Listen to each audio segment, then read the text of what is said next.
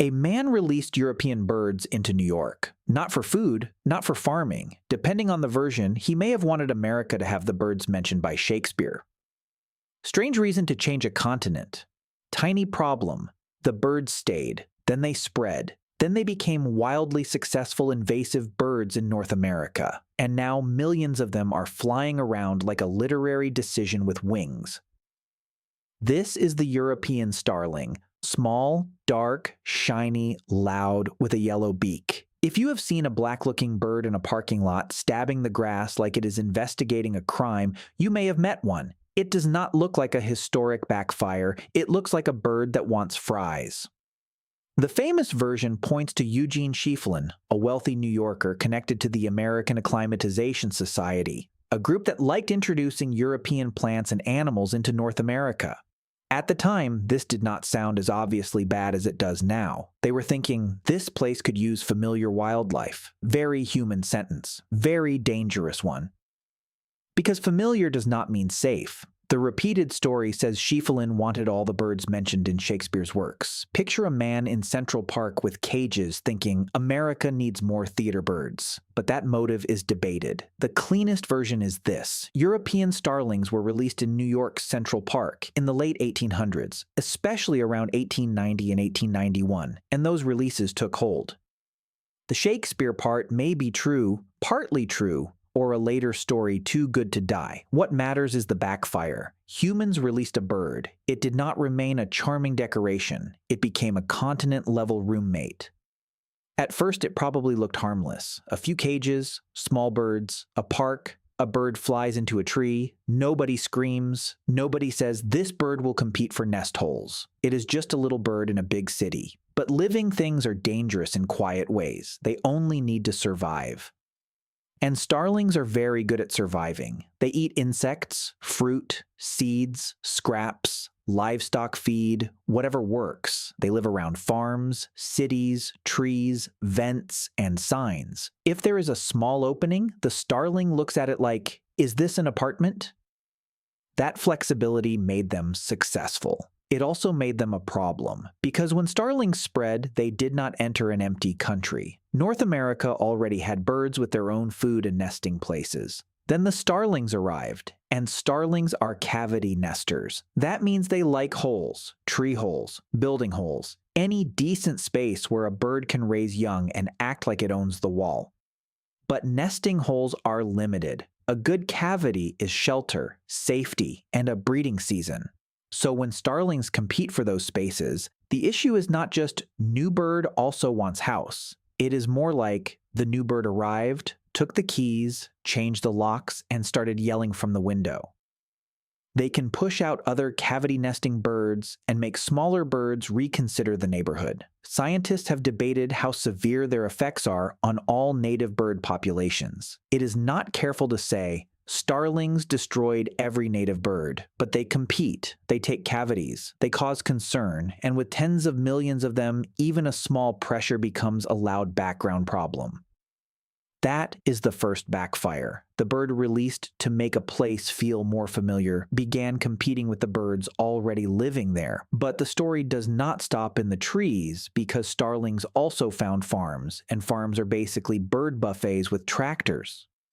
Starlings gather in large flocks around feedlots and dairies. They eat livestock feed, contaminate feed, damage fruit, and create mess. One starling is a bird. 1,000 starlings is a weather event with beaks. Imagine a farmer protecting cattle feed. Then a black cloud comes down, each bird taking a tiny piece of the budget. One starling is a bird. A flock is an expensive committee.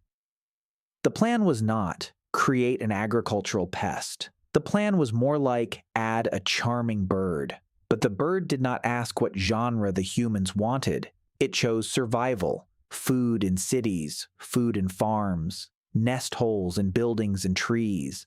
The starling looked at North America and said, yes, this will do. Now they are so widespread that many people do not realize they were introduced. That is one of the strangest parts. An invasive species can become so successful, it stops looking like an invader. It becomes background. A parking lot bird, a noisy flock on power lines. The backfire becomes ordinary. If something has always been there in your lifetime, your mind treats it like it belongs. But the starling is not part of some ancient North American balance. It is a recent arrival that spread from parks to most of the continent.